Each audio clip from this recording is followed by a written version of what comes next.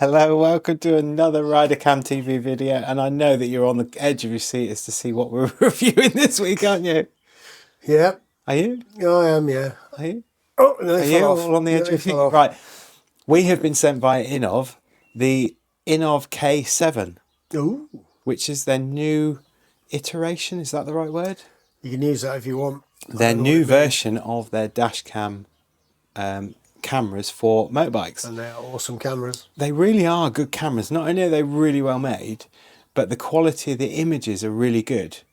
I think we looked at Chigee a while ago, didn't we? Yeah. If Chigee's cameras were at the quality of the Inov, and perhaps the resolution of their cameras, if they were at the resolution of the Inovs, There's a price point there, though, isn't there? then they would be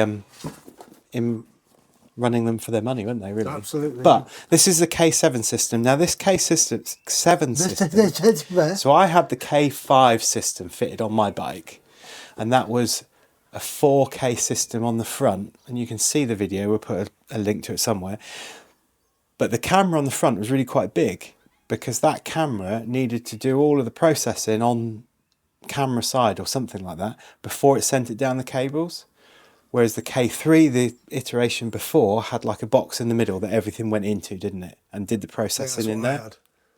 Have. Yeah, the K5 was really, really good. But this K7 has taken on the iteration of being a camera at the front and a camera at the back, but not with the massive box that does all the processing.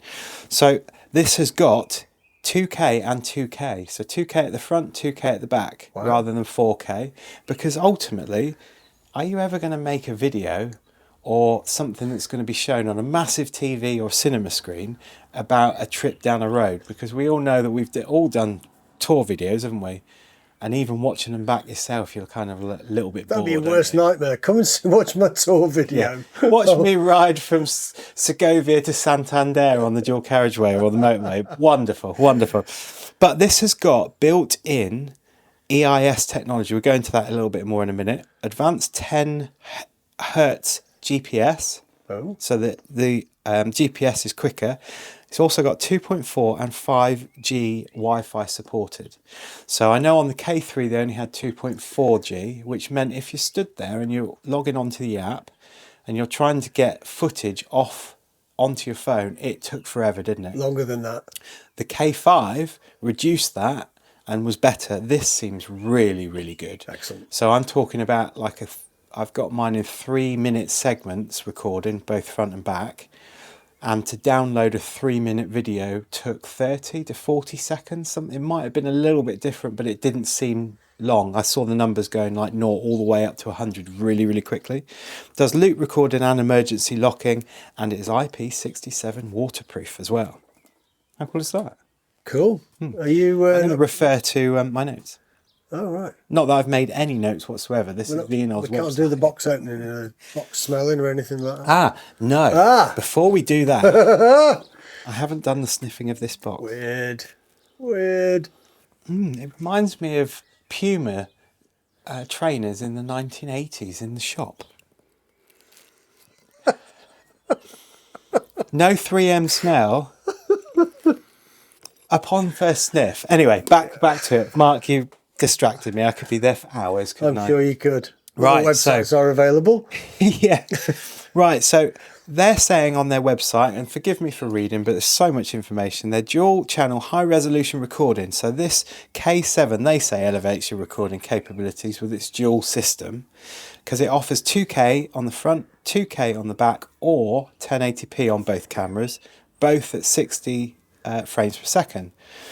The state-of-the-art visual stabilisation, which is the really good bit. Now, I've watched some of the footage back, and we'll put it across either now as I'm speaking or a little bit later. But the stabilisation is really, really good. And in some better than my hands. Oh, much better than your hands. Is it as good as the GoPro? Having watched some of the footage back, it's really smooth. I wouldn't say it's like hyper smooth from the GoPro's hyper smooth stabilisation. Even the fact that you're comparing it to a GoPro is something. It's awesome, isn't it? On something really small and fitted to a motorbike. The advanced 10 hertz GPS functionality, they said it's just not for recording. It's high speed 10 Hertz GPS system meticulously documents every ride, turning every journey into an adventure. And obviously, a lot of this is I want to sell it to you, isn't it?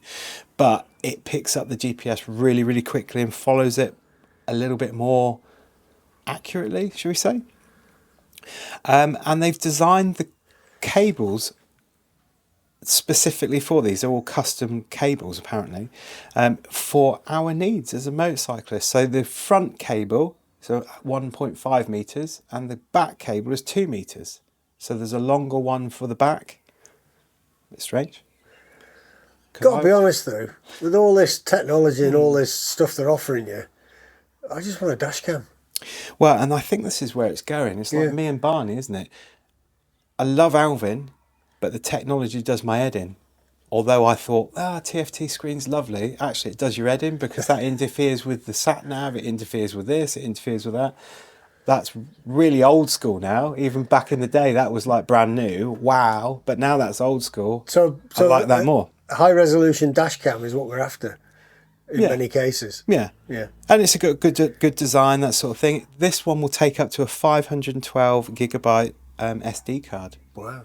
And I forgot to say, I did say Croatia tour in that. You could do. I did say that the 1080p and the 2K, if you're recording, are both at 60, but you can have 30 or 60 frames per second on there, which is really, really good, isn't it? So I show you how I fitted it. Yeah, please. Shall I? Because we're not going to go through... No. Wiring, taking panels off. Bikes in bits all the time. So I basically, to wire it in, I had to remove the K5. So probably about half an hour removing that. And then... the flashing blade? I used no blades because I have no cuts on my hand. I would have lost fingers. Do you remember Kenny Everett? That would have been me on the bike. Anyway, about half an hour to remove the K5. The longest bit of work was taking the panels off this bike. On the RT, I had to remove the side panel, the box, all of this. Luckily, that's why labour charges are so much, isn't it? I know. It takes ages to get it. I've done it so many times now. You do it in your sleep, but it does take a while because you need to clip it in and make sure it's all fitted right. Got away without fitting that. So how did I fit it? So let's start at the back, shall we? So on the back of Alvin, I have got the camera. That's a sneaky place. Sneakily mounted there because, believe it or not, on the RT, so I've moved Alvin out into the light so you can see it a little bit better, but the rear camera, look at that. Da-da, da-da, da-da. Really sneakily put on there because, believe it or not, on the RT, there is nowhere to mount anything. The Chigee's camera, I drilled a hole just in behind the number plate and secured it that way so it peaked up there. But actually it looks quite funky there, doesn't it? It does look quite good. It's the right height, and believe it or not, because this is so good at catching all the dirt out in the rain and stuff, it doesn't get clogged up. So what we found when you set your camera up is best to have it in front of your stoplight.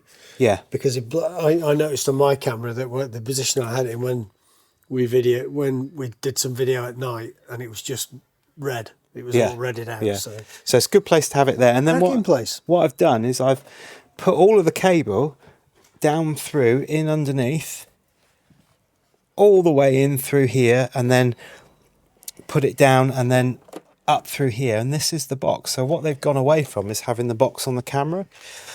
So you'd be forgiven to thinking that this looks like a K3 system, but it's the K7 system is the new one. And all the wires come out. The front camera goes all the way along here, underneath the tank and out the front. And I'll show you where I've mounted that.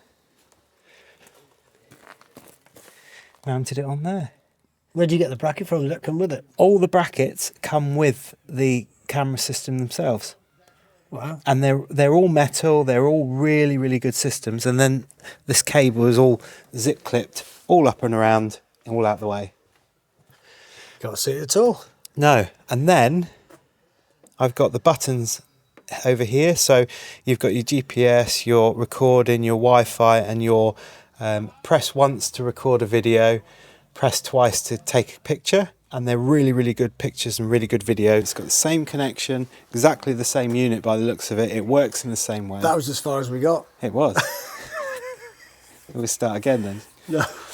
No. Yeah, so that's all plugged in and it's all wired through and all down through, all really neatly into that box. It does look neat. There's a lot of space under there, isn't there? A lot of space. Trying to squeeze it into the little cup area the size of a cup you've got under the GSA seat. No, well, that's one extra thing was why you should get an RT. No. And then the other wire that comes out goes all the way up through, and I've mounted in behind this speaker grill the GPS unit.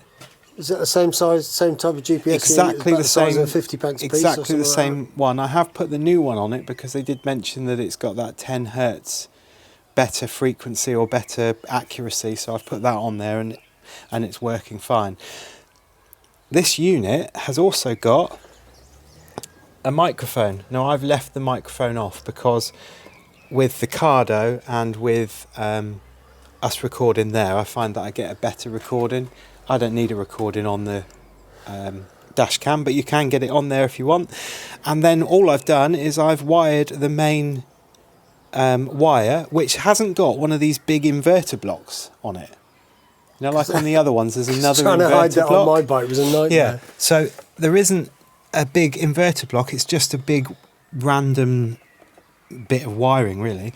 But Like that's a big fat fuse thing. Yeah, Yeah. and that's all wired into my EasyCam. Which is tucked away Oh, no, nicely. it's not that one. It's this one here. All tucked in nicely. I've even got some of that stuff to go round the cables just to protect it. It's all zip clipped in there, really neat. I really like the system, but when you connect to it the first time, the app is exactly the same as the K5, the K3 and all those other iterations of the Inov camera system. So we're not going to go through that because we'll put it up in the card and you can watch through there. We went through that extensively, didn't we? Yep. But you can change things like the bit rate, the frame rate, whether it's 1080p or 2K. You can change the sensitivity of various different things. You can change the sensitivity from off to really sensitive on the sensor that shock sensor, is it? the shock sensor, that's it. There you So go. if there's an accident or something like that, or the bike has a sudden jolt, it will record that file and hold it in a continuously recorded thing. So you can have it set to just record and fill the card up. You can have it set to loop recording, which is what it's designed to do. But if it jolts and it records and it saves that recording, or if you press on here once and it saves the recording, which will be 3 minutes, it's not going to overwrite that, so it kind of protects it, which is really good. The app is really, really good to be able to use, and I've noticed that on this one, it's quicker. If it's not as quick as the K5, it feels as quick, if not quicker. For a 3 minute footage clip, I can download in like 30, 45 seconds-ish. You said previously. Yeah, and you that's can good. see the numbers shooting up on the scale. It's just a line that fills up and you get the number of the percentage and it's at 100 before you know it. Just don't select like 20 or 30 clips at the same time. The only thing I did find difficult to work was how do you know which clip you want to download? So you can go in there and you can select... Is there a timestamp on it? Yeah, it's got a timestamp and you can select whether it's front and rear in the whole list or just front or just rear, which helps. But you've got to think about where that thing happened that I forgot to press the protect the, where on the road it happened, and then you might be between the 3 minutes, because it doesn't say you press your button and it protects the last 3 minutes, the next 3 minutes and the 3 minutes in between. It protects the 3 minutes. So if you're outside of that line, you might have protected just after or just before. So you might just need to go in and just select the ones you need. And it's sometimes quite difficult to work out which exactly bits of footage you need. But I think the way that they've got around it with the speed of the connection to the app from the unit is that you can actually press on it and you can view it on your phone. Right. And you can view it and scrub through it as if it's on your phone. There wasn't any lag at all. It was really, really good. So one day, bikes will come with dash cams, won't they? Well, I don't know. I don't obviously want to take business away from Inov and all the other people, but I don't understand why BMW don't say, Let's work here's a with Inov. motorbike, let's work with Inov, and we'll put a system in there. It can be manufactured to actually be inside something, couldn't it, rather than it be elsewhere. But then when you think about BMW, if you don't have the music system, there's no speakers in there, it's cavernous. So why have the mobile phone holder there when you could have the mobile phone holder in there that's big enough to cater, 1980s phone? If you did one. I don't know. But camera system is really, really good. There's an affiliate link in the description. You get a bit of a discount if you buy on there, and the warm, fuzzy feeling that you're helping the channel continue. Oh, we like that. But it's a really, really good system, and what I like about this one is that, do you need 4K?